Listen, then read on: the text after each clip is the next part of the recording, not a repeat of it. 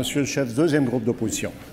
Monsieur le Président, le premier ministre a sûrement eu l'opportunité depuis hier de prendre connaissance des dernières prévisions de Desjardins, parce qu'hier, il n'avait pas l'air au courant.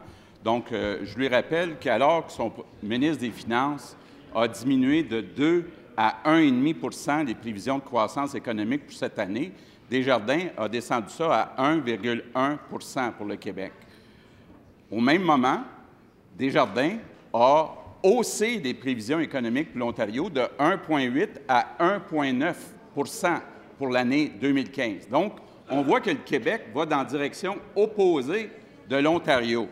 Monsieur le Président, au moment où l'économie du Québec performe beaucoup moins bien qu'en Ontario, le premier ministre vient juste, là, il y a quelques minutes, de dire qu'il n'a pas pris sa décision concernant une augmentation de la TVQ. Imaginez-vous, Monsieur le Président, au moment où l'économie du Québec tourne au ralenti, le premier ministre n'exclut pas d'augmenter la TVQ. Monsieur le Président, est-ce que le premier ministre peut au moins ce matin là, mettre fin à l'incertitude puis s'engager à ne pas augmenter la TVQ? Monsieur le premier ministre. Monsieur le Président, encore une fois, notre collègue est mélangé dans ses chiffres. En fait, Desjardins a baissé la prévision de croissance pour l'Ontario de façon très importante. Et pour ce qui est des prévisions de croissance du Québec, il y a d'autres institutions financières qui sont plus optimistes que Desjardins. Et nous, on croit qu'à 1,5 à 1,6 % compte tenu du ralentissement, notamment de la demande asiatique, de l'impact du changement des cours du pétrole et autres éléments de l'économie mondiale, ça nous apparaît réaliste. Je voudrais quand même rappeler à cette Chambre, Monsieur le Président, et je pense que le collègue devrait s'en féliciter, parce que c'est une réussite de tous les entrepreneurs du Québec. Il s'est quand même créé 64 000 emplois depuis qu'on est arrivé au gouvernement, 70 à temps plein, 90 % dans le secteur privé. Voilà le signe d'une économie qui reprend confiance, voilà le signe d'une économie qui va vers la bonne direction, plus d'investissements privés, plus de création d'emplois privés. C'est ce qui nous amènera vers la prospérité, Monsieur le Président. Première complémentaire, Monsieur le chef, deuxième groupe d'opposition. Monsieur le Président, quand même incroyable. Là. Je l'invite à aller prendre connaissance de la dernière étude de Desjardins, publiée il y a quelques jours. Le Québec est rendu avec une prévision de 1,1, puis l'Ontario, il les a fait passer de 1,8 à 1,9 % de croissance.